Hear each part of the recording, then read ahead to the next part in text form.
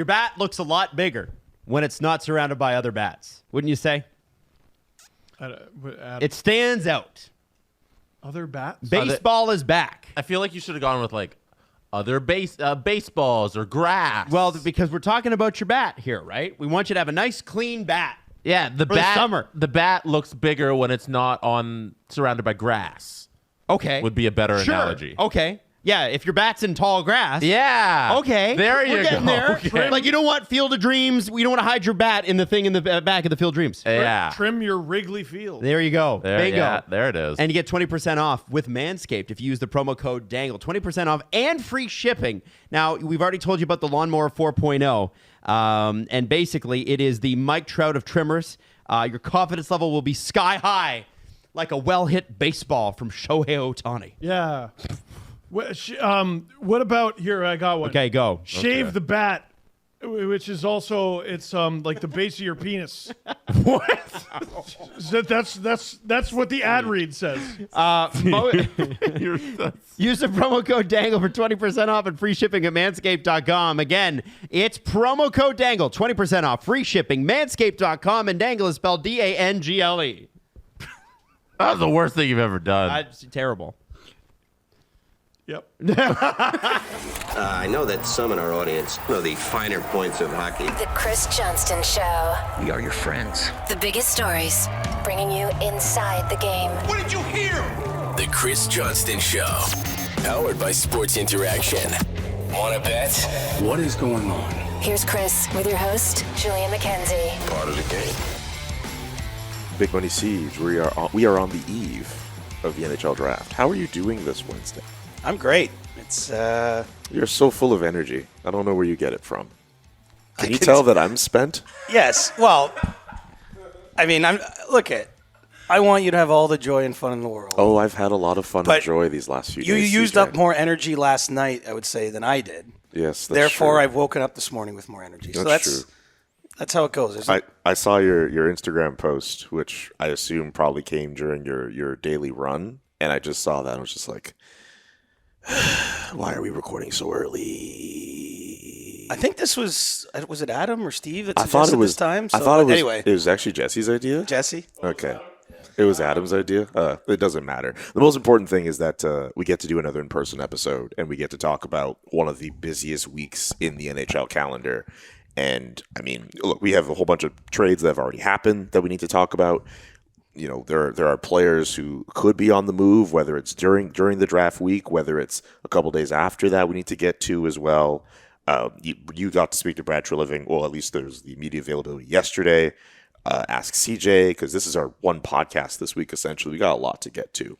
But I'm curious, though, you know, just because there is the work part, but there is the fun part to it. Like, you've been, I mean, you don't have to tell everyone everything, but good week, good partying. I haven't seen you at Tootsie's yet. I haven't. Well, I was actually at Tootsie's for 2 hours yesterday, but that's because TSN booked it out, and that's where we did. They booked out Tootsie's? At the rooftop, and that's where we did all our hits. Really? Which was actually, I mean, it was an interesting experience because everything else was still happening on the rooftop. So there's lots of people out there having a good time, as you should do. Lots of selfies and the like. Some weird looks too. I think people were like, "What is this thing? What are these guys doing?" And it was hot. But so yeah, that was the only time I've stepped foot in Tootsie's, and it was not related to, that Broadway strip is a lot. It's a lot. So, and I say that without judgment. Like, there have been times I've been in Nashville where I took full advantage of that strip, including Tootsie's. But a week that's this busy for me work-wise, it's not productive for me to be there. But it's been really fun. I mean, the one thing I'll say about the draft that, like, if you've never even thought about going, but if you're a hockey nut, like, what's pretty cool is you can walk anywhere, and the downtown part of Nashville is relatively small, and you're walking by, whether it's Joe Sakic or Steve Yzerman or maybe the agents. There was a lot of players in town because the awards were here on Monday, so a lot of them were out. I mean, if you really want to mix with the hockey community, it's a great chance to do so, and so it isn't lost on me, even though I've done it now for a number of years. It's like, this is actually pretty cool that everyone gets together in one spot. So I'm having fun. It's just you and I have different definitions of fun just because of our life stages. For me, it's just like obviously with the Athletic, in my situation, I'm the only person from the Athletic in my market, aside from, I guess, Eric Duhatschek. So getting to see like Dom and I know she's not with us anymore, but like Sarah Sivian and all that, like getting to see all those people in certain spots, it's been really fun to see. And then other people from other media outlets. Like I met Elliot Freeman for the first time this week. Nice. Yeah. Was his hair all wild? Yes. But yeah, I'm with you on that. There's a lot of fun to be had at the draft, but of course, there's a lot of new stories that come out as well. Of course, there's the actual draft itself. That is the fun. Well, I'll be honest, and I say this with no disrespect to the prospects. There is no draft. Like I don't know. I couldn't. If we go beyond like 7 names, and I don't say with any disrespect. Like I don't pretend to be a draft guru. I defer to the Corey Pronmans, the Bob McKenzies, the Craig Buttons, those and many more that follow all the leagues around the world and the development leagues and have an opinion on that. So I'm honestly functionally here for the trades and the rumors and to set up free agency and, all the transactional stuff that kind of is the bread and butter of the insider job. So I feel bad because one thing we did yesterday with the Athletic, I had to go out on Broadway and shoot this video where we were getting fans to guess if this player's name was either an NHL draft prospect or a country music singer. And now I wonder if I would have been bad, I think. Yeah, but I wonder if it would have been good for content or just if that would have diminished your credibility. Well, I'm trying to be open about this because because I'm saying like I don't have credibility in the space. But no one's asking you to do that anyway. No, but it's funny. Like my phone this morning, lots of people are asking like I was going to ask about your phone. Who's going at 3 and who's going at 4 and it's like, okay, at least some of that I can suss out with the normal contacts I have. But I don't have an opinion on who should go at 3 or 4. Like, I don't have a personal opinion if you should be taking Leo Karlsson ahead of Will Smith. Again, that's someone's whole job. It's like, go watch those players play. They get to know their families. They have the whole scouting combine. Yeah. And they got to make a decision that could potentially alter a franchise in a good direction or a bad one. And let's hope in this case both players become stars and it's almost irrelevant. It's just like, oh, wow, that could have went either way. And that would have, but the reality is, like, it's crazy when you look back I think back when Columbus took Pierre-Luc Dubois at 3 and Jesse Puljujarvi at the time seemed to be a consensus, spot. I mean, Dubois, we saw the haul the Jets just got for him and the contract he signed. Like, clearly he ends up having a much better career than Puljujarvi. Circumstances may determine that too. But it was a bold call. I think if you went off the draft board, I bet if we, Bobby Mack's draft board is like the best one. No relation. No relation. I bet he had Puljujarvi 3 though. Yeah. Because he does a consensus of what scouts think. Like he doesn't. Again, I guess it's not his opinion. That's what he always his big disclaimer is. Like he talks to I don't know if it's 10 or 15 scouts and gets all their lists and then he basically cross-references it and averages the picks and there you go. Anyway, that's what's crazy. Sorry, one last thing. Yeah, go ahead. What's really crazy with the draft is I don't know who should be picking what. And maybe nobody does because there's, you're betting on human beings that are 18 years old and there's unpredictability in that in general.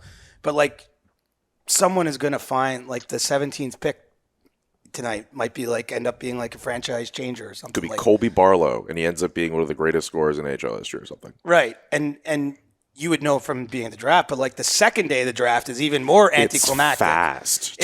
It's fast, and it's like with the energy of like a grocery store on a Tuesday afternoon. Like there's no like excitement. It's like there's excitement. There's excitement. Like there's like the family in the corner that woos because their kid got picked in the 5th round. There's no glitz and glam though. Not for everybody. Like not the same way on day 1. You're right. And I'm going off the top of my head, but like.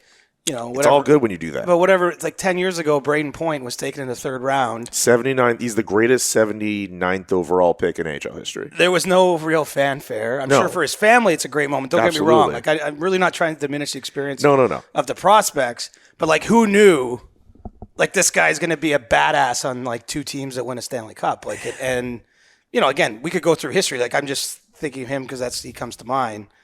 So like franchises will change on these 2 days. And we don't know. Like I just think that's so cool. Like and it'll just like again tomorrow. I don't know if you go to the second day of the draft, but it literally it couldn't be more low energy in there. Like it's just like it's like a low hum, and everyone's like, "Oh, what time's my flight? I got to get out of here." And I know people who are gonna like leave like the evening after day 2. Yeah, I used to do that. Yeah, I'm gonna shout out Steve pointing at himself. Yeah, no, like I get it. It's just It's Nashville. Like, I guess you want to take it. I want to take it as much as I can before I have to leave like Friday morning. I made a vow for this trip. What's your vow? I want to have a hangover-free trip.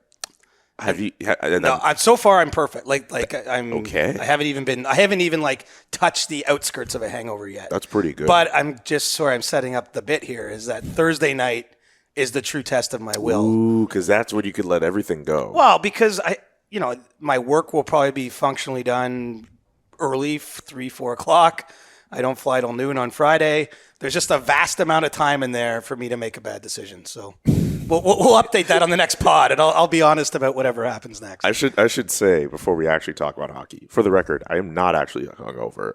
My voice is just shot, and like I wasn't accusing you. I'm not saying. It's just that I'm sure there are people who are going to look at it and be like, "Oh, damn!" Like I'll say this: I'm not hungover. Anyone out there that listens to us, though, they have had a hangover in their life, and I bet they've woke up and go, "I'm not hungover." I'm not, but they try to talk themselves. Yeah, they talk themselves no, out of it. No, like I've had them before, and like trust me, if I did, I'd feel a lot less energetic than I do right now. Well, I'll tell you this: there are a lot of people in the NHL community that are hungover this morning. Oh, I bet. And I'm saying that's the span. That's people who work for teams. It's agents. Oh, yeah. It's obviously a lot of those on the media side. A lot of those things. people went to Tootsie's. Yeah, well, I mean, they all or the stage. Yeah, well, we got Instagram. Like, I find it so hilarious to wake up early in the morning, which I did for my run, and then look at Instagram. It's just like every single person is in one of two bars. Yes. It's like the same nonsense. I'm like, this was posted 3 hours ago. Dude.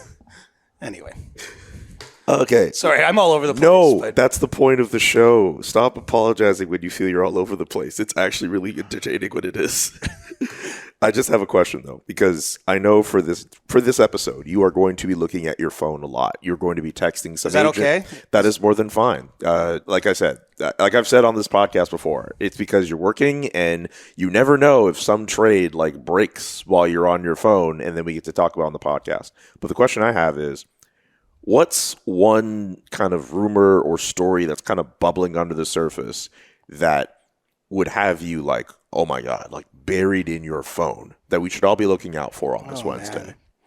Well, I think the situations in Calgary and Winnipeg, and I know we'll go deeper on them, are obvious. Like it's to come out here and say, well, the Jets and the Flames might make another big trade before the end of the weekend. Like that is sort of self-evident. Yes. I'm personally dialed in on the Erik Karlsson thing. Like this guy just picked up his third Norris Trophy. He just had a 100-point season, and we're at the point where everybody involved is openly discussing the fact that they want him to move. Like that, just take a breath for a second and go, like, that doesn't happen every day in the NHL, right? And, the fact that the Maple Leafs are one of the teams that are there and the ramifications of that, obviously with them having the discussions around William Nylander, Austin Matthews, like you start to, like, what does this all mean? How does it work? And I'm certainly not reporting here that he's going to be a Leaf, but the fact the Leafs are in the mix of what sounds like a really quite a small mix of teams that are engaged right now with the Sharks on trying to get it done. Do we know who else is in the mix? Sounds like Carolina is there and Seattle. Okay. Are two other teams that I think are around. I kind of wonder if Edmonton circles back at some point. I don't believe they have at this stage, but I mean, we know how much they liked him during the season. The problem is with this trade, right? Like you start to you line up the teams, and you're like, where would they fit? But then you're like, how did they cross that bridge? Yeah, I've been there. Like if the last few days I've been looking at Toffoli and Hannafin and wondering, okay, like this could work here, but what do they need to give up? I'm totally with you there. Well, it's what they give up, and then obviously the cap consideration. And it sounds like San Jose is willing to make Karlsson like about an $8 million a year player, which is, I think, farther than they were willing to go in the regular season when they had some trade discussions. Now, the teams are, this is the art of the negotiation. The team's like, wow, I'd really like him as a $7 million player or $7.5. And so, but if you have that much retention, it's still 4 more seasons. I mean, I'm just this, to me, it has to happen, right? Like at the end of the day, like we don't need Erik Karlsson having another great season on a team that's clearly rebuilding and not trying to win. And I actually don't fault the Sharks. The Sharks remember how they got here. They were an absolutely top-class organization for a good 15 years, where any of those given years, you're like, hey, maybe if things fall their way, they could win a cup. And I know they got to one final and lost in the Western Conference final a bunch. But like they were a portrait of excellence, and then you run out of steam. And then you're where Chicago is now. and you're about to add Connor Bedard, and wow, doesn't that look a little different and better? And San Jose's got to take their turn. But I mean, the quote that really, I don't know if you saw it, the media avail before the awards show, and Erik Karlsson's like, I got to go to Mark Stone's cup party. Like, they're buddies from the time in Ottawa. He's like, I can't fucking touch it. Like, I love that. I've always loved Erik. Do you want to know a good Erik Karlsson story? Tell me. So, Sochi Olympics, Yes. Russia, right? Yes.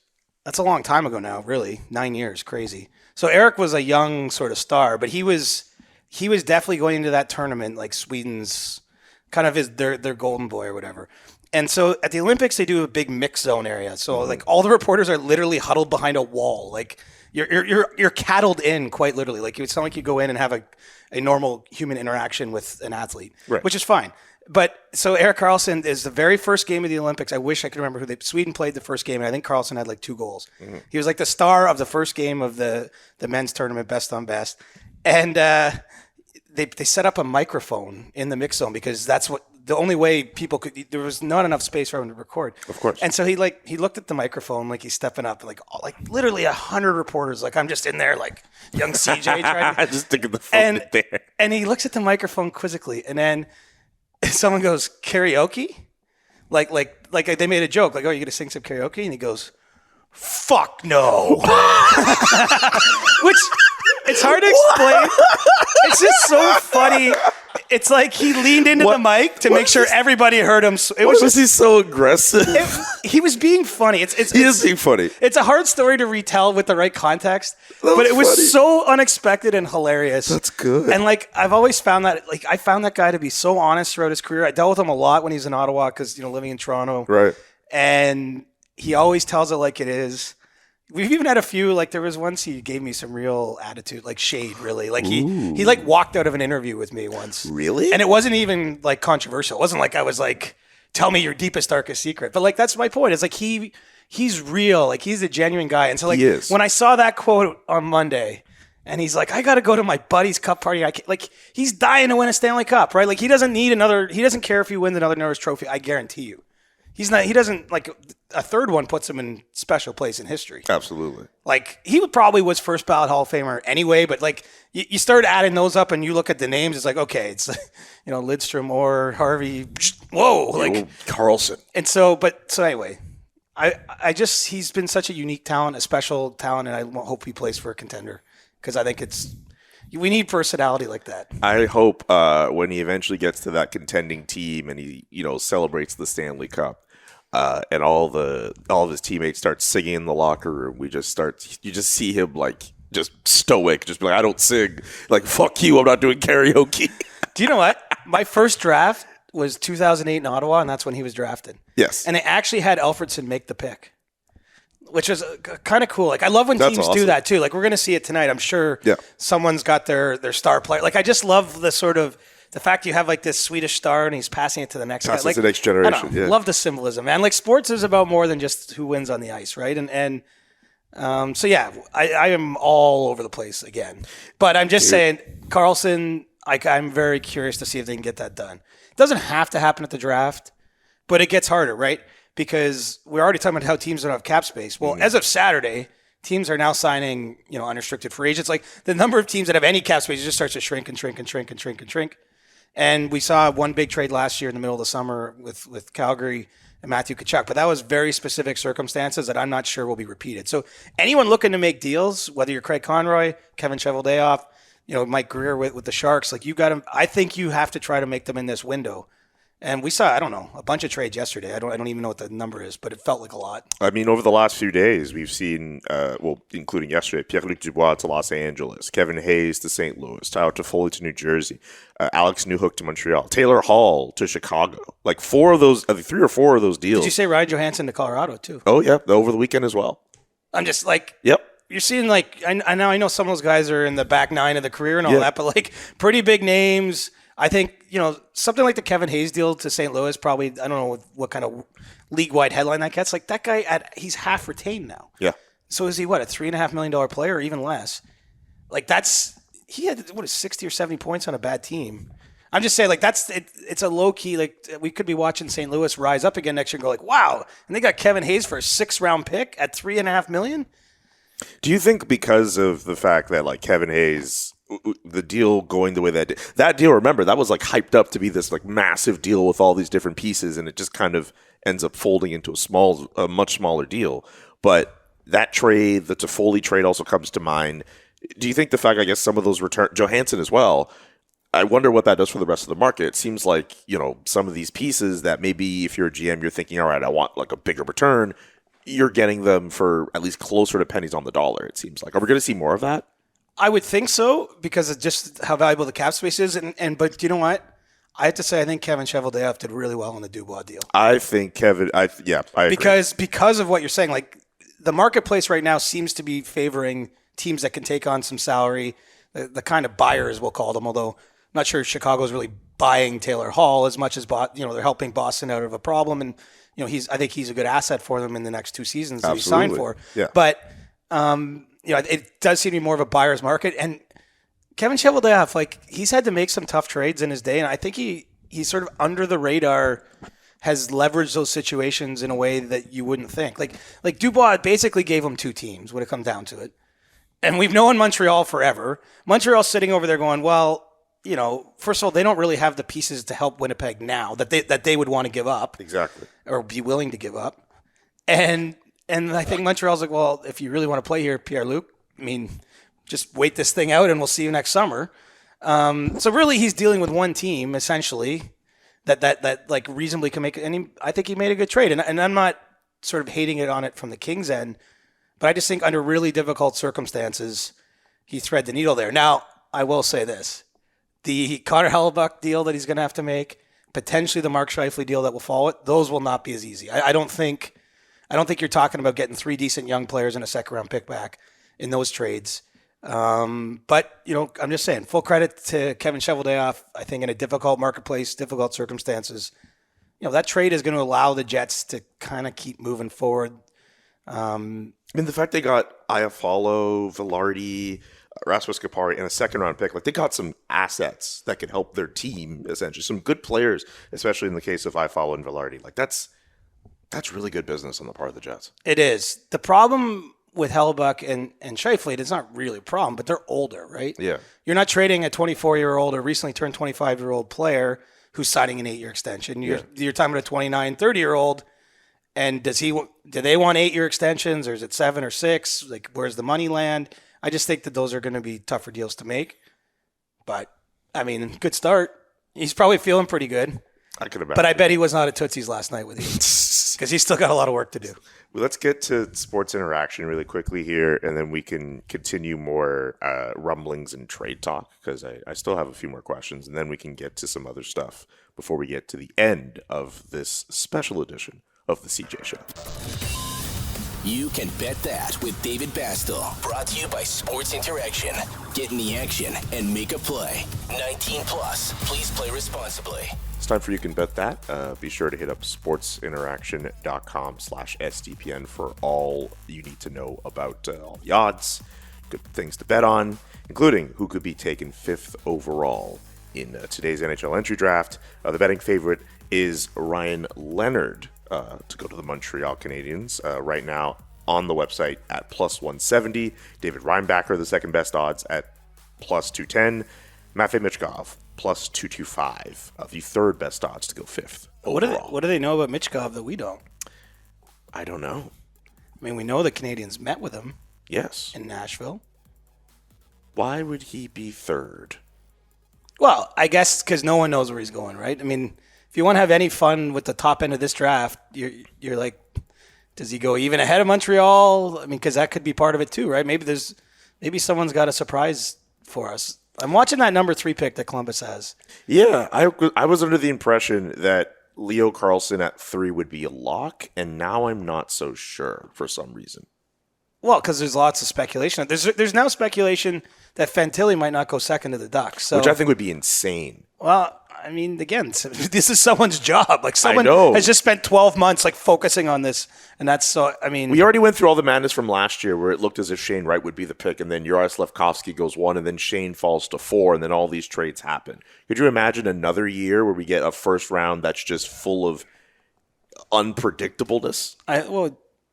Yeah, I can. That would be awesome. Because so my point is, I don't know. I think I just have a sneaky suspicion that the Canadians don't want to let Michkov go by, but maybe I'm wrong. Yeah, I don't know. I've decided, because I think up until about a couple of days ago, I was very undecided on what I'd do in that situation. I don't know how you don't pick Matvei Michkov. I understand he's signed through a couple of years. If you're a team like the Montreal Canadiens, you don't need him right away. And if you're able to get him in those couple of years, you could benefit from having a player like Matvei in your system. Counterpoint, this season stunk in Montreal. It did. So if you're not coming away from a season like that with something that propels you forward, you probably don't want to take a lot of risk. I think what's your risk tolerance after that kind of season, essentially, is where it goes. I think it also depends on how much you actually want to move forward, because Chicago also stunk last year. They're not in a potential. They're not in the. Are you trying to say they're not going to take Bedard? Or that's not what I'm saying. That's not what I'm saying. I'm just trying to make the point that they don't expect to compete right away. I'm thinking for Montreal, I can understand that you've gone through a couple of years of the rebuilding and you are trying to get a lot closer to being a playoff team than not.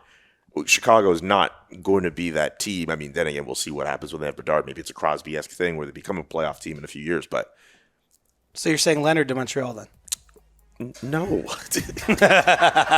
Don't forget to check out sportsinteraction.com/SDPN for all the best odds before game, in game, and the best props. Again, sportsinteraction.com/SDPN.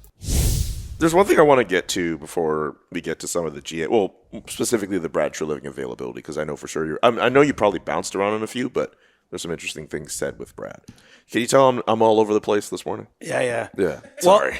Well, I sweat through my suit, not the one I'm wearing right now. I was about to say, because it looks similar, but it's different. But, okay, yeah, because I saw you wear a similar suit yesterday during this is different. The PHWA meeting. Yes, trust me. I would tell you if I was wearing the same clothes again. Yo, thank you. And you would probably know sitting this close to me because because basically what happens on the Tuesday of draft week, all the individual GMs speak at the hotels they're staying at. Yes. And those hotels are all over the place. So yes. A lot of yesterday was walking from one to another to go to those availabilities, and it's hot out here, my friend. Weren't you wearing I'm trying to remember, weren't you wearing a black shirt underneath that too? Yeah. That's not good for the Rays, my man. You got to wear lighter clothes. It's navy. No wonder you were burning. Navy with the white buttons. It's a good look. I styled that one myself. It's a good look. It's just for the heat that's coming out in Nashville. And you got to walk around. But you know what? It's low key good because the darkness, you can't see the sweat as much. That's true. It's a little bit more subtle. Anyway, that's true. Come on, ask a question. You're giving me fashion advice. But I actually feel like I have to burn that suit after yesterday. I'm debating, can I travel home with that thing?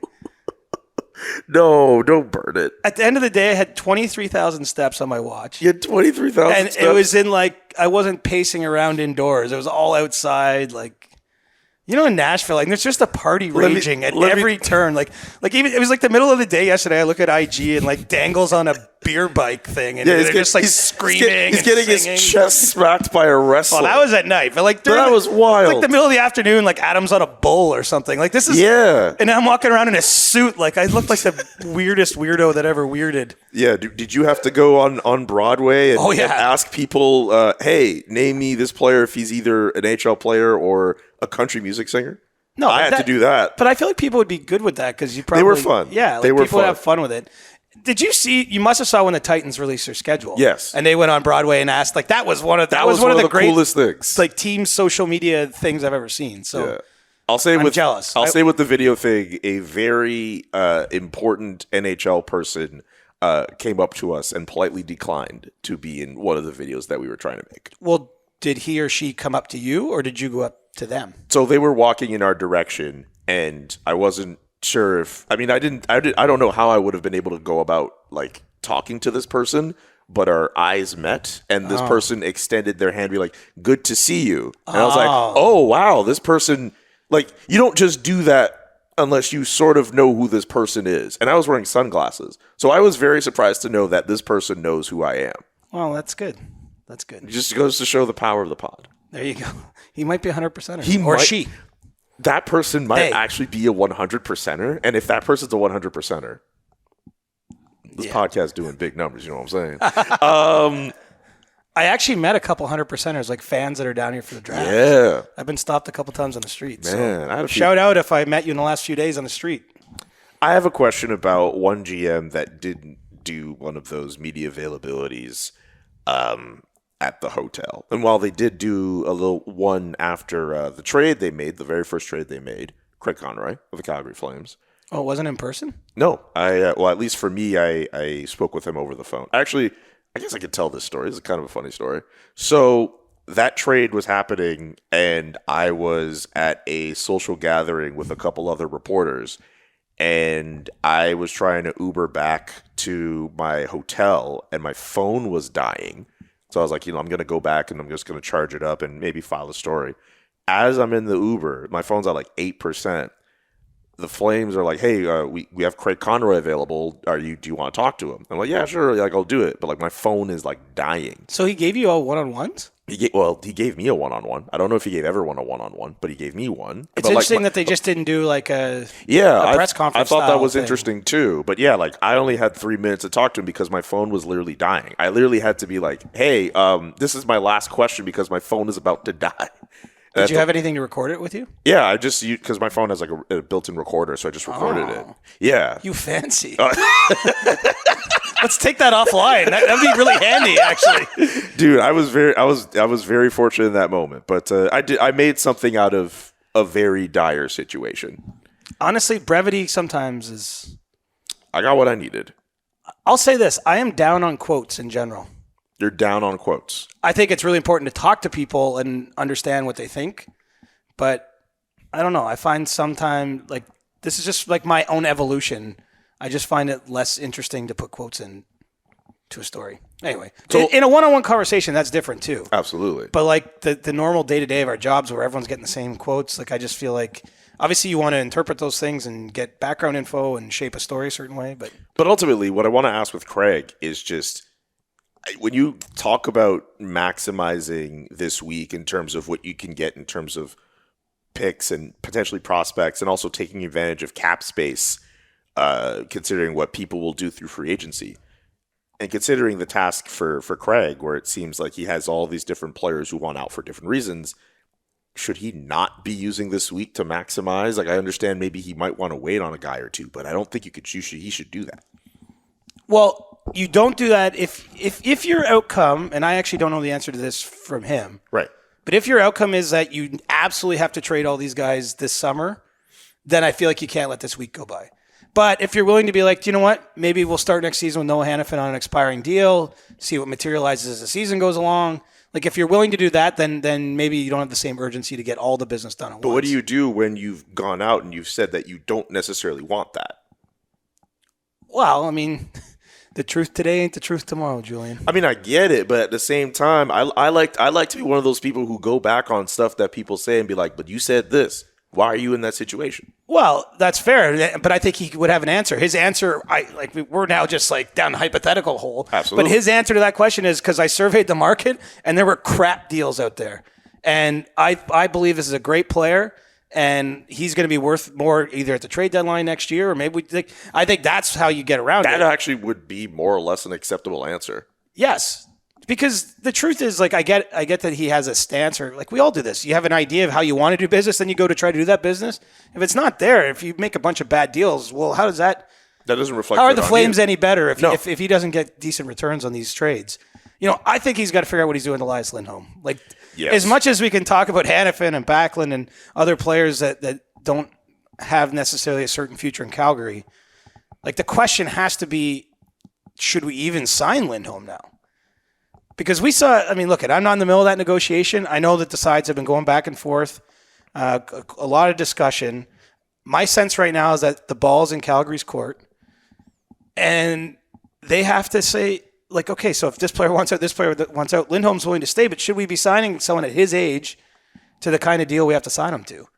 Because he ain't signing for less than Pierre-Luc Dubois did yesterday. No. And this is a guy who is the team's number one center, was a Selke finalist. He could be asking for 9.25 and up. Well, he could be. Look, I would. Dubois is coming off a 63-point season, I think. Is he 8.5? Yeah, come on. And look I'm not even criticizing that contract. I'm just saying that's what the market says right now. Absolutely. Now the counter is, okay, Lindholm's a few years older, blah, blah, blah, blah, blah. I think we can reasonably expect that he's after a contract that starts with a 9.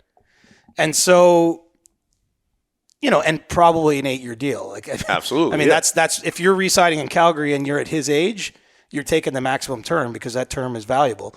So now the Flames have to this is a tough spot, man. That's what I'm saying. Because no one's denying the player's talent, no, or anything like that. But it's is this going to be maybe a little bit of a rebuild?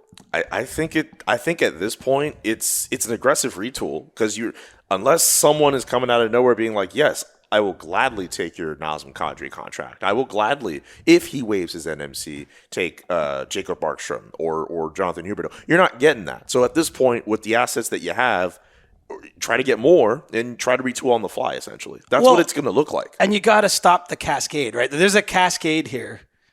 You would know. Tyler Toffoli seemed like a player who was happy in Calgary. It really seemed like he was. I was very surprised when his name was out there. All of a sudden, he is the one requesting a trade. He's saying he wants it done now. He did say that he had wanted it done quickly, and it looks as if that the Flames just didn't give him something. They didn't really talk in terms of extension.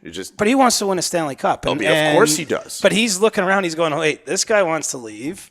This guy wants to leave. Maybe I should be leaving. Yeah, but I think, I mean, he does have a cup, but of course you want more. But at least what's starting to get out there, it seems more like to me he was probably thinking, okay, well, what about me? I had this season. I started the year last year being told you're going to be on the first line, and people doubted me. I proved myself. Where's my deal at? And nothing's materialized. So, okay, get me out of here. All these guys want to leave anyway. Well, but what's interesting is now he lands in New Jersey. Good team. Good team. I like what man, I've been in on the Devils. I'll say this. Oh, yeah. Because I take lots of losses on this pod. But I was an early adopter on the Devils, that they were headed in a better direction than people thought. If you go back. Taking a lot of L's on this pod? Yeah. Go through my playoff picks. I don't know what my record was, but. Oh, your playoff You would have done well to fade me, put it that way. But I like what the Devils are doing. But here's the thing. The Devils aren't going to give Toffoli an extension right now. No. Their plan is to see how the season goes, let him get comfortable. Maybe he wants to sign there. So he's not going to get that security now, but he does get to go to a team that's trending in a good direction. Sorry. No, it's okay. I get twitchy with the text right now. Oh, yeah. We're in the prime zone of any text could literally be something like whoa. Change. I mean, I don't need to check my phone nearly as much as you would, but take a little breath. Yeah, just take a moment. So yeah, I'll talk while you take a moment. I think that I don't know where the Flames are going to land on this one because you do have Lindholm is, I'm telling you, willing to stay. He's not trade me, but they're going to have to pay him, and I think they have to decide if that's the best course of action. I think that's where it's at. I think really where it sits today, there's been lots of dialogue, but the Flames have to decide, okay, are we actually going to sign him or what's behind door number 2? I'm also curious. I know he's not on the same level as Elias Lindholm, but if you're saying goodbye to all those pieces, Michael Backlund's future, I have questions about that. I feel like a guy who's going to be turning 35 next season, coming off his best year, just won the King Clancy Award this week, means so much to the community of Calgary. That's going to be, if they move on from him, I think for Flames fans, that's going to be the most, the one that hurts the most. Because that's a guy, they've seen him play over 900 plus games. They wanted him to be captain. And he said this week, this future's up in the air. It's not in his hands. That one I can understand. I get with some fans are going to be oh man, Lindholm, if he wants all this money, let him go. But I wonder how fans are going to react if the Flames go down that road with Backlund. I mean, it might be time. That's the thing. That core of players, which started to really break apart last summer in a very meaningful way, but they had a lot of kicks at the can. I mean, a lot in the relative nature of sports. If you get 5 or 6 with a group of players, that's kind of where things are at in Toronto, right? It's now you're is there a bigger change? You can't just do it forever. Yeah. And there's also opportunity in this. There's opportunity in chaos, man. I mean, this is chaos. I can't really fathom what the atmosphere must be like in the front office for Calgary, just because, this is kind of a lot, and I'm sure they had a sense it might get here, but again, it's like a cascade of dominoes here that has been falling. So, Yeah. The Toffoli trade, I know we didn't even really get into it. I think they did reasonably well under the circumstances. It's a tough market to be selling players in unless you're moving kind of the blue chippers. And I think Lindholm's at a blue chip point. Absolutely. So that's the other aspect of this. And actually, with Toffoli, with that trade, I guess like I was looking at like the past framework of what led him to Calgary. You're thinking, okay, maybe you could try to get something similar, and maybe some other people saw that and then they felt underwhelmed. But he is over 30. He is coming off his best year, and he's got 1 year on his deal. Yeah, and he wasn't gonna. I mean, yeah. The more I think about it, the more I think the Flames did as good as they could get. They get a 25-year-old player who still has his best years ahead of him. They get their own third-round pick back. I don't know if you looked at I saw it. The path of where, like, it was like Calgary. It was in the Cali Yarncroc deal. To Seattle. Goes to Seattle. Then goes to, I think, Columbus for Oliver Bjorkstrand in that deal. Then that gets moved in the Damon Severson deal, which goes to New Jersey, and then New Jersey then flips it back to Calgary in the Yegor Sharangovich trade. Which now gives them the ability to do offer sheets. Yes. Because if you do an offer sheet, you have to pay with your own picks. So Yes. teams that don't own their own picks are ineligible from extending offer sheets to restricted free agents. Just saying. That's something to think about. Something very much to think about, absolutely. Especially if they're in a spot where they're trading off some players and if they find themselves with a lot of cap space. I mean, I'm not saying that was the reason that they went and got that pick back, but it's a nice byproduct of reclaiming it. I just hope that pick, got frequent flyer miles. Man, I can't wait to tell the story of that third-round pick, especially if they become some kind of Flames legend, like a pick that just went all over the place. The only other thing, I guess, with the Flames is just we'll see how it goes from here. We could also move on to another guy who is still part of the Flames organization, at least until June 30th. But it's my understanding that this person is, I think you tweeted it, that like this Brad Treliving can officially join the Leafs like draft floor like after the Flames pick at 16. Yeah, that was the compromise they reached. That's pretty funny. And they only reached a compromise on Tuesday. That's funny.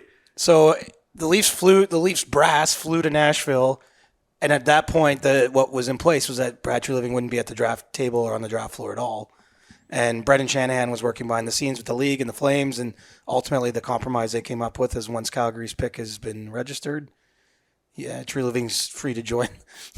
Like I wonder if there'll be like a walk-in on the broadcast, like if they're gonna they have him at 15 like a solo cam on Brad Treliving. Do you think he gets like his walk-up music like he's a baseball player or something? I wonder what his walk-up song would be. I have no idea. I didn't get to know him well enough to get that down. Maybe like a Bruce Springsteen song or something. That seems like popular among honestly the hockey set. Could, like 90% of the hockey world, if you just want to throw something up out there, just say Bruce Springsteen and you have a good chance at it. I actually years ago I went to the Bruce Springsteen show on Broadway, and which was really cool. I got to say it. Yeah. But I bumped into someone who works for the NHL there, so it just kind of underlines what you're saying. Exactly. Seriously. And we know the agent provocateur, Alan Walsh. Provocateur. Big Bruce Springsteen fan. Bruce Springsteen. Big Bruce Springsteen fan. Shout out Alan Walsh. What did you think of Brad's media avail in terms of some of the stuff he was discussing? Very comfortable. I didn't come away with like a ton of information really from it. Not because I just think there's only so much you can say. There's a lot of different balls in the air, right? Absolutely. And, we knew that Sheldon Keefe was already coming back, but that gets formalized. Yeah. Sounds like they'll I guess if I'm like really looking at his, picking apart his quotes closely, he didn't fully commit to that they're going to have an extension in place. Like he sort of said, we'll get to that if we think it's important or something. Like I don't know. He left it open that maybe he's coming back as a lame duck. So that's something to follow up on. He was asked about the core four. Mm-hmm. Have any insurances been made to them? And he said there's no insurances in this business. So that was the first time he left open at least the possibility he might have to move someone. And let's face it, the someone we're talking about in this instance, I think, is William Nylander. Like as much as there's a lot of focus in Toronto on the Matthews extension and the Nylander extension, like the Nylander one is the linchpin, I think, of the whole thing. Like I believe the Matthews camp and the Leafs are at a point where everyone understands he's signing in Toronto. I think that they know it's going to be most likely a 3, a 4, or 5 year deal. I don't know that the official terms, like the dollar values on those years, have been assigned like in a negotiated setting, but I think that we all can do some basic math, right? That the highest paid player in the league makes $12.6 million annually on his contract. So I'm going to say that Austin Matthews' next deal, I'm going to go out on a limb and say it's going to be a higher AAV. But it's important for Matthews to not go too high. Because, well, obviously we're talking about a lot of money here, potentially. Well, it's a lot either way. It's a lot. But like if he gets 12.7 or 13, that's still a lot of money either way. Yeah. But I think it's really important for Austin to find the right number, but he wants to make sure the team can be competitive. That's why I think if it ends up being a short-term deal, like some people are going to have the natural reaction like, oh, he's whatever. I actually think the short-term deal benefits both he and the team in a lot of ways because that keeps his cap hit lower across the way and gives the Leafs a better chance to win this season and the next season and the next season. And, let's call it as is. Like, I hate even saying this. Oh, boy. How old is Austin? 26? I don't want to guess it. Let me just confirm for myself. I don't know. Yeah, he's born in September 97. So he's 26. 25. Yeah, but turning 26 before the next game is played. Yes, correct. And so if he signed a 3-year extension, this is hypothetical. Yes. He signed through 30. And if he signs a 4-year extension, 31, and a 5-year deal, 32. Like the Leafs, that actually gives the Leafs some security because players don't all. I have no reason to think it's really for him. It's just, is he going to stay healthy enough to be great? I don't think you're going to see a rapid deterioration in his skill set because there's enough stars in the league now. Like the guys that are like Sidney Crosby is still a beast, right? Yeah. But there's not every player. Not every player can do that. Right, but the absolute best guys often remain the best. Like they never really get bad. They get less awesome, but they're still so useful. And anyway, I just think, though, it just gives the Leafs some security. Everyone sees where the cap goes, blah, blah, blah, blah. So the Matthews deal, I actually don't think is that complicated. Now, the implications are important. The actual money won't count. But I don't think it's really that hard. And I really do believe there's a good working relationship there. Nylander is a wild card, though. Big wild card. Like, we know how bad it went last time. Yeah, with the... he literally came within like an hour of not playing in the NHL that season. Yes. Like, not even an hour. I think it was like 15 minutes that they were registering that contract. It was chaos. Like, that both sides stared down the barrel and like almost pulled the trigger. Like, almost... And so... And he said afterwards, this is important to me. After that season, he only gets half a season. He comes back. And I remember it was my question. Like, that's why it's in my mind. I was like asking him. He said he regretted that like it did not put him in a position to have success that season. It's by far his worst season as an NHL player. Mm-hmm. But you know what? He's made good on his part of the deal since then. He's been good value for the Leafs. So the question for him is what number gets it done? Again, Dubois is a good. I know Nylander plays the wing. Dubois is a center. There's maybe some intangible benefits there. He had 80 points this year. He had 40 goals. Like, he's hitting marks, and he can be a UFA next summer. So, like, I would think that in his mind, it's got to be above 8.5 on an 8-year deal. But what's important here is the timing. And if he's not willing to commit on something that works for the Leafs in the next few days, I think they have no choice. I mean, they're already talking to teams about him, like, but I think they have no choice but to trade him. Like, I don't think that they. I mean, Brad Treliving's been through this too, right? I mean, it's so funny how the Calgary and Toronto stuff is so linked. So linked to each other. And people often forget, like Johnny Gaudreau, they had a difficult first negotiation with him too. On the second contract he signed, I think it went into training camp, if I remember correctly. Anyway, I know it was difficult. His agent was Louis Gross. Mm-hmm.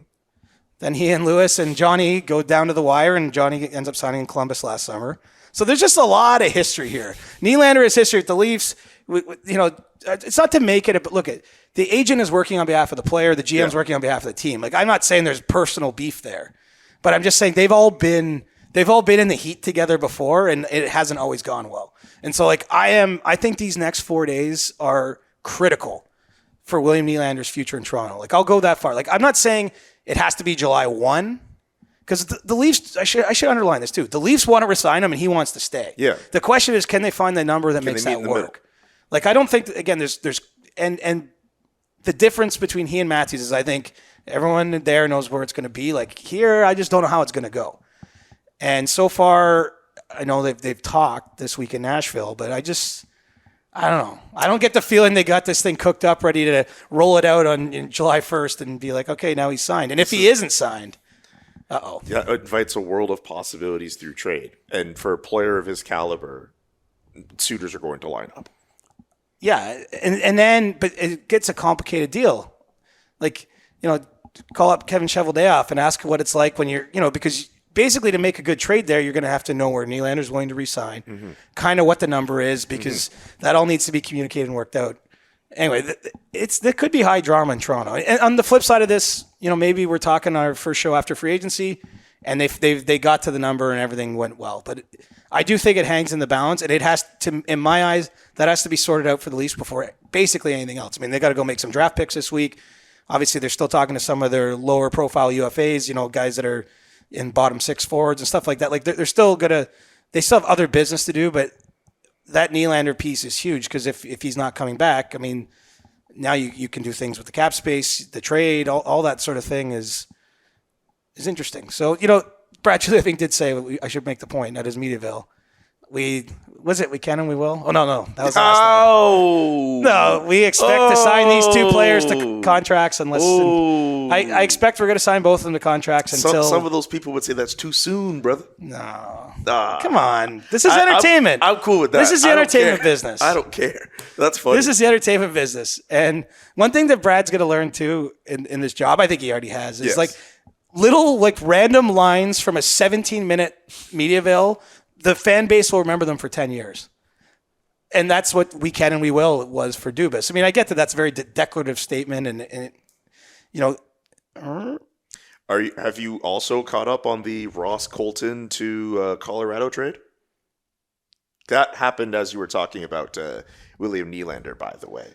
Oh, boy. This is very interesting because CJ is deep in the phone and writing a text back. He has not looked up yet. But yes, as the play-by-play of me texting. This is very enthralling. But yes, as the discussion on William Nylander unfolded, our boy Frege says hearing Ross Colton will be traded from Tampa Bay to Colorado. I know it's not a live stream when we do these recordings, but it is really fun to still kind of mention these trades when they happen in the course of a recording, just, so that way you can hear, you could probably guess at what point in the day we're doing the show. Right. And I should make the last point on Nylander before we move along, is that the Leafs naturally, and remember, there's a negotiation, the Leafs naturally want to try to keep him in the $8 million range. Absolutely. Right? Like that, and I think that's reasonable for them as a starting point. I guess the question is, can they bridge the gap? Because if you're Nylander's cap, who knows? Maybe you're starting at 10. Because just as, I don't blame him for asking. You bid low, you bid high, and you try to find the middle. Did they find the middle? Is there compromise? Or does all the past history, maybe some distrust potentially between some of the actors, does that get in there? Is Steve Dangle going to be stressed out for the next week or so? I don't know. I don't know what he feels about Nylander. So I don't know if maybe Hey. Well, he is good. Hey, Steve, do you want to come over here and speak into the mic and let us know how you feel and not just speak off mic? No. Yes, I completely understand that. The only other thing we really have, we do have Ask CJ, so we have some questions. I do want to ask, because a lot of people made a big deal about this. I'm just curious for your opinion here about the NHL awards from a couple of days ago. The ballots obviously released from everybody. One idea I had that I wasn't sure if you were down for it was if we just compare ballots, but I figured the day was just going to be a little hectic. Connor McDavid got a 5th place vote for the Hart Trophy. We know it's Seth Rorabaugh from Pittsburgh who... Tribune Review. Yes, of course. What do you make of how all of that has gone down in terms of the vote and how people are talking about Seth? Okay, I have to put my cards on the table. Absolutely. I'm part of the executive of the Professional Hockey Writers Association. Yes. We administer the voting. Yes. So I have maybe some bias, I guess, built into that. I actually don't think it's that big a deal. And I'm not saying that because to be contrarian or anything. I almost think it should be celebrated in a weird way that there's some different views. Now, I get that. Look, you could see my ballot. You could see mine. I didn't have Connor McDavid 5th. He was first on my ballot. Yeah, he was first on mine too. I feel like sometimes, like in the social media world, it's like there's this idea that everyone has to only have one opinion. It feels that way. Like it's like there on certain issues. Depends it's like, on a few things. This is right and this is wrong. And look at I don't obviously agree with Seth in the sense that I put him 1 on my ballot. He put him 5. I saw him this week and I told him I disagree. Right, but like I don't know that it's the worst thing in the world if some people like I don't think he was doing it for attention. I guess I know him, so maybe I'm a little biased there too. But like, I don't think he was doing it to make a headline. No. Like I don't think he was trolling everybody. I think he really believes that. So we have 180 voters. Does it really matter? Like I know this. It just feels like in the moment. Like I saw all sorts of people just combing the ballots, like looking for. And look, I'm not going to defend everyone else's picks. You can see mine. We live in a world now too. Like when I first started voting on these awards, it was all done privately. Mm-hmm. So like Seth has to own this, and he gets a chance to explain it. I haven't looked at a social media feed. I can't imagine. He hasn't gone out of his way to try to explain it, and I asked him personally, like, are you going to do that? Are you going to write an article explaining? He said straight up, like, I don't feel I have to do that. Well, at least not to the social media people. Because here's the thing. Let's say he writes that article. People are going to say, you're only doing this to get clicks. Like, you're only doing this to, like, capitalize on this. People are still going to be angry at him anyway. I get that. Right. I think the voting isn't done anonymously. No. So everyone can go and judge everyone's individual picks. You can come at me and say, CJ, you're an asshole. You didn't have my guy for Selke. What, Julian, why did you vote Adam Fox over Erik Karlsson? You did that? I did. I respect that you can have a different opinion than me. Yeah. So I guess I think it's like a lot made of something that doesn't actually really matter. I always come back to this. Did we get the awards wrong? Like Connor McDavid walked out there with 4 major trophies. You just had one of the best seasons individually, maybe the best individual season in my, like since I was a kid, like when I wasn't covering the league, when it was like Gretzky and Lemieux just tormenting everybody. So I feel like at the end of the day, that season got properly recognized. So I guess I was having the same thing on Conn Smythe's voting. I was just saying, for me, there's not always one right answer.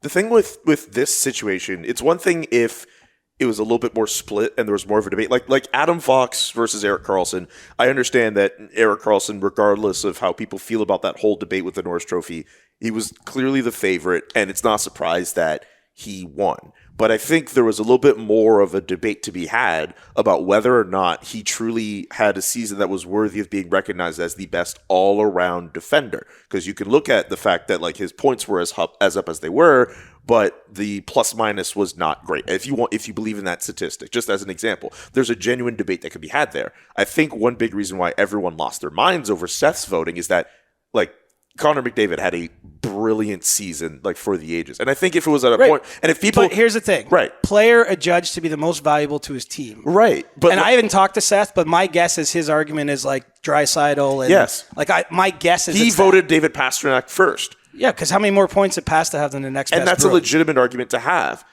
And I think if other people looked at that the same way, I don't think we make as big of a deal. If the voting was, I don't know how exactly to put together the proper vote totals for that. But if David Pastrnak had even 40 or 50 points out of first place voting, this isn't as big of a deal. Maybe, I don't know. I think it's the fact that like Connor McDavid was like 1 vote off of being a unanimous winner of the Hart Trophy, right? But and we have to single out this one person. In 20 years, when you go to the Hockey Hall of Fame, it's still going to say 2022, 23 Connor McDavid won. And that's my point. Like we are making a big deal out of this, but like I think it's only happening because it's very easy to single out one person. I'm guilty of it because I did say like, hey, like who gave him the 5th place vote? Oh, everybody! My phone blew up, dude. It was insane. But like, I don't know. I think for people, I'm with you. I think the people who are like, man, like you're a joke. Like, well, if we're getting it wrong as a collective group, then that's fair. Yeah. I just think that there's room for like weird like somebody just has a take that's kind of like, but it's not reflected in the majority, right? We just had a Toronto mayoral election. There's like 100 people and a dog running. Like actually. A dog? There's like a dog running and literally there was over 100. Anyway, the point is I bet the people that I call neighbors in the city might have voted for some like people that I think are wackos to be the mayor. Or the dog. Right. And this isn't even a comment on who got elected the Toronto mayor. But my point is we take the consensus of the most people and that person becomes the mayor. Like we took the consensus of the people that covered the National Hockey League closest this year and we rightly got Connor McDavid on that stage, and we got Eric Karlsson on that stage, and Matty Beniers on that stage, and Patrice Bergeron. And like, I think it's hard to argue, again, well, you might have preferred Adam Fox. I don't think you can say that was a wrong decision by the group. Right. And so I'm just willing to say that there can be outlier votes, and I'll live with them. But again, I wear a PHWA hat, and I just think Seth has a right to his opinion. Yeah. And I love that it's not in private anymore. Seth might not. I haven't asked him. But right now, Seth might be wishing we didn't do that. I don't know. I don't get the sense that he cares all that much, which I told him, like, you know what? The fact that, you know, like, because we were at... But do you think it's weird that he's put into witness protection? All right. We should move on. I'm sorry. We should move on. That was cold. That was cold. No, Seth knows. I've spent time with Seth. No. Seth, I met Seth for the first time this week. He seems like a cool dude. I'm just trying to have fun with it because I think I know. it is just sports. But just sports are fun. Remember? But just off of hanging out with him, I think he would find that joke funny because I don't think because he doesn't actually care about all of the hoopla going around. He doesn't actually care about that. Because he's a grown ass man. He doesn't care. He probably has pretty good perspective that like this isn't. He believes that. That's his belief. Whatever. That's his belief. There we go. Let's get to Ask CJ. I don't know if I have much in me, man. What do you mean you don't know if you have much in you? I'm only now finding my voice. I didn't get a second coffee here. Oh, no. Do you want mine? No. Steve? No. I'm not. Because Steve looks like he might do it. He might get you that second coffee. I'm going to get it when we're done. But okay, let's. Is there any fun ones? Yes. From Taylor Choma. Anyone who listens, by the way, yes. I really appreciate if you just ask random ass shit. I try to. Sometimes I get bored about talking about hockey. Like I don't know if that's bad to admit, but like sometimes it's like. See, like for me, like we try to get you to talk as much hockey as we can during the main show, unless it's like a topic that I know we haven't really touched upon. Like it's a bit redundant for me to put in like, hey, what are the Leafs gonna do? Right. Like, okay, you already talked about that. Like you can't do that. Well, and anyone that's still listening right now, like you're over an hour in, you're probably like you're with us. Absolutely. 100%ers. 100%ers. Shout out to y'all. Cape Town 2272 for both CJ and Julian. I know what the answer is here, but I was just intrigued at what you'd say. I am wondering if you ever used AI to assist you in writing your articles as well as your thoughts on AI in the media industry. I have not. I have not either. I'm very intrigued by it though. Well, here's one thing I'll say.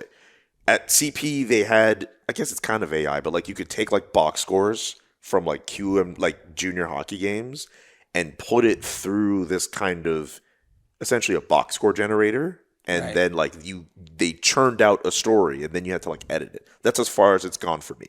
Yeah. And so I should say this. I'm hopeful for AI that I think hopefully AI will like rid us of the tasks that are more menial and less pleasurable and give us more time to focus on other things.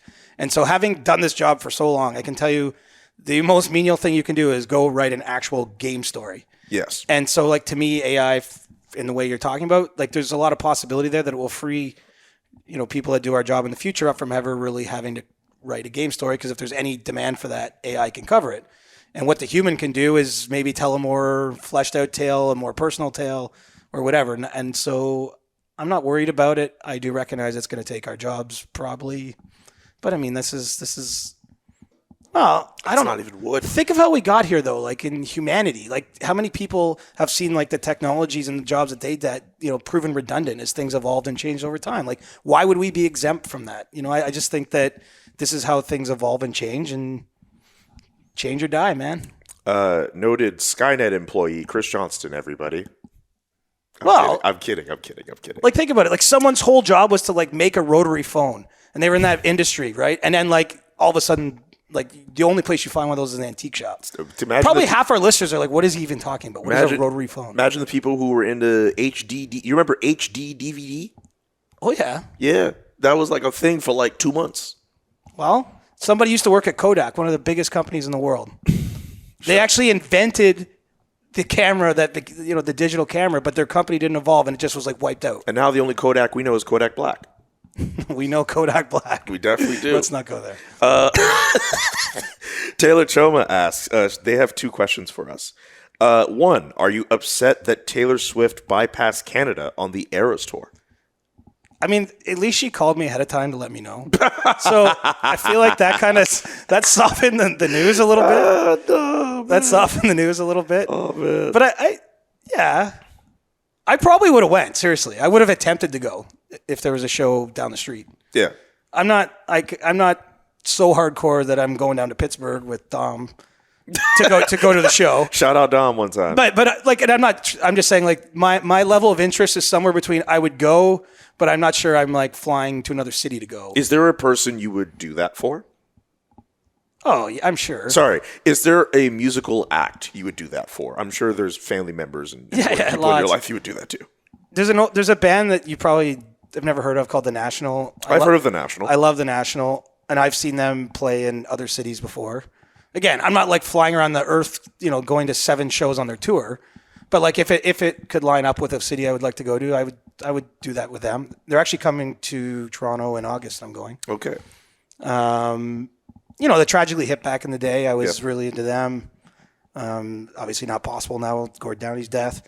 But you know this. I'm not like that crazy. I know. But like seriously, I'm like, if you go to my Spotify, I either have put on like a Taylor Swift mix, or I often go to the National, you can go to the National radio, so it plays a lot of bands like them. Yeah. I like that. But I'm not like, I'm not a super fan of anything. What's your favorite song from the National? Oh, that's impossible to say. How's that impossible to say? I only know like a small The National did a songs. collab with Taylor Swift. That tracks. Which is like, I actually really like that song. I don't know. I'm not kidding. I don't. I have like one Conversation 16 by The National. That's a good song. It is. Their whole, if you just listen to their discography, it's hard to find a bad song in my view. And if you ever see them perform live, where I really so I like that band. My buddy Kyle Duncan, who I grew up with forever ago in Coburg. Kyle Duncan. And he's still a good buddy of mine. He lives out in Fernie, BC now. But he told me about them, I think when their album Boxer came out, which it's a long time ago, 2007 or 2008. And then I went to Lollapalooza in Chicago. I want to say it was like 2010 or 9. And they were playing. And it was on the Saturday afternoon. It was 1,000,000 degrees. And it was one of the coolest shows I ever saw. Like the lead singer, he ran around, like he was in the crowd. Oh my God. And That's like, cool stuff. I remember there was like strangers giving me like their vodka. And like, we were like, it just was like just such a cool day. And like he had, I love a performer with presence on the stage. Like I love when you go to a show and they like maybe tell a story or like engage in that way. And I've found the National to be like that. And so they just hooked me in and they've put out lots of good music since. And yeah. I know there was a second part to this, but I'm really glad that we went on that tangent. Are you? Yeah. I feel like only my dad is still listening at this point. Someone that we both know very well, the other day I had a conversation with them. They said that their favorite part about listening to the CJ show is when you actually have to sound like a human being and talk about stuff that has nothing to do with your job. Oh, well, that's good. Thank you. You could make a guess as to who said that. I have no clue, but the second question they were trying to ask, I'll be going to Nashville in August after the draft weekend. I'd love to get your guys' recommendation for the best drinking and hot chicken spots. Well, Julian only knows Tootsie's. I know the stage and Tootsie's. In August, when you come here, you can see the little statue of Julian they've erected at Tootsie's because they're going to be like, this guy kept the bar in business. We got kicked out, I think, on the Monday. No, not like. Oh, okay. I was like, no. We're still recording. No. It wasn't like, oh, we did something bad. It's just we were there till like closing, like the whole group of us, and like people were just like, all right, I hate to say this, but you're getting a draft rep, man. I'm not getting a rep. You are. Your rep is like I didn't do nothing. Draft week, you sleep like combined like 6 hours. That's not too far off from what I've had. Like, I bet tomorrow when I go for my morning jog, you'll be like walking over from the bar. You'll be like, hey, Siege. No, that's not what I do. I'm not reckless. Like, there are other people around. I'm not like closing the bar by myself. Okay, I know. I'm just trying to enjoy myself. And you should. I know you're teasing. I have to give it to you. I know you're teasing. Do you really think Do you know what's great, though? You get a draft rep? There's a lot of people that knew me 10 years ago in this business that would be like, pretty rich coming from you. Yeah, bud. For you. I know some stuff. Congo Red. For topics with large consensus, like Calgary being up in flames, or the axing of warm-up jerseys, is there anything that you do to make sure everyone doesn't write the same article? Is there a short straw to draw when you get forced into the Max Kellerman opinion. That's a very interesting last sentence to end with, considering that's the same guy who said with the Death Star pointed at him, he'd pick Andre Iguodala to hit the game-winning shot. It's a very interesting line. Well, I think you want to be thought-provoking in our job, though. Like, Sure. I mean, low-hanging fruit is kind of boring by its nature. Yes. But I don't have to. I'm lucky. I don't have to write on every story anymore, so I can be more selective in general about what I choose to focus on. But yeah, you also have to call it like it is. Like, if you think the Flames are going up in flames, you got to write that they're going up in flames. Like, I mean, like, I don't know. I'm not sure. You also can't make it up. No. Anyway, I don't know how to answer that. But I definitely in our job, you want to be first, you want to be best, or you want to be different. CJ's rules. Damn, that's pretty good. You want to be first, you want to be best, you want to be different. Do you know how many times I've been sitting in an arena, like a workroom at like 11:20 at night, underslept because I'd been with Julian at Tootsie's the night before, and I'm sitting there agonizing over this story I got to write, and I'm like, okay, I'm not first because you're not breaking news at 11:20 at night too often. No, I'm probably not the best because I'm not the most talented writer in the press corps. So like, how can you be different? What angle can you pull out? Like, what can you see? And I think. I can't remember who first told me that. Like, that's not an original thought by me. That someone told me that a long time ago. So I don't know how to give proper credit. But I do think it can. There's something in that. Why do you keep picking at me at Tootsie's, man? I don't know. It's a great bar, by the way. We're giving them a lot of free press. Yeah, I mean, TSN, we lived up there for 2 hours yesterday. And like, man. every hit, Ryan Rashog's the host. He's like, up here at Tootsie's. Like, at Tootsie's. Oh, man. Do you know what the best night I ever had at Tootsie's was? Tell me. What year is the Stanley Cup final here? 2016? 2016. 17? Oh, yeah, it actually was 2017 because I was in Syracuse when it happened. So it was Pittsburgh, Nashville. So 2017. That was the PK year. Yeah, and the series started in Pittsburgh. Mm-hmm. So games 1 and 2 were there. And then the day between games 3, we came here.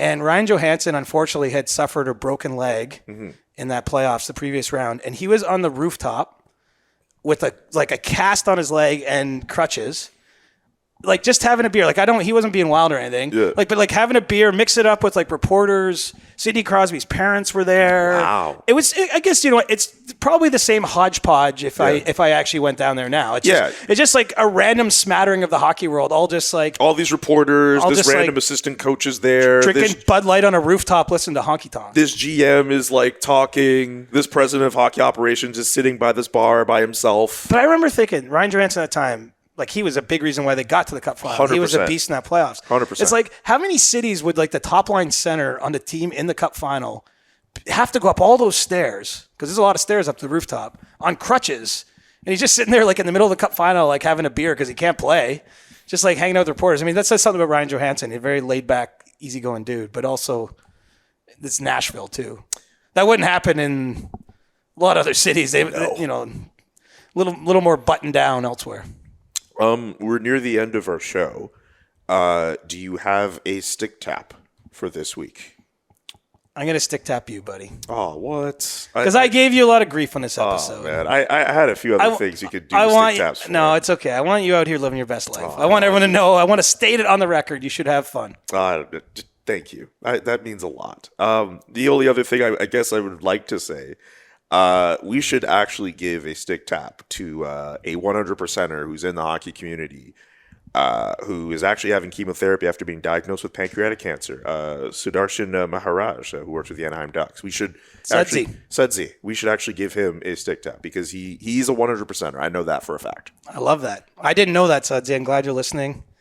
Like he sees me and like whatever he's been in like Calgary and whatever. And he's like, hey man, like you guys are good with the pod. But even if you didn't listen to the pod, man, we're with you. The hockey community's with you, and I hope you're feeling the love. I mean, it must be weird when the Ducks, they release that information. It's very personal and private, but I can only imagine his phone must have just blown up. Absolutely. Because I've been there too. I remember my mom got sick. Like I couldn't believe the number of people, random corners of the hockey world that reach out. And so, anyway, Sudsy, keep your mind fresh, keep this fight up, and hope to see you down the road here soon. Absolutely.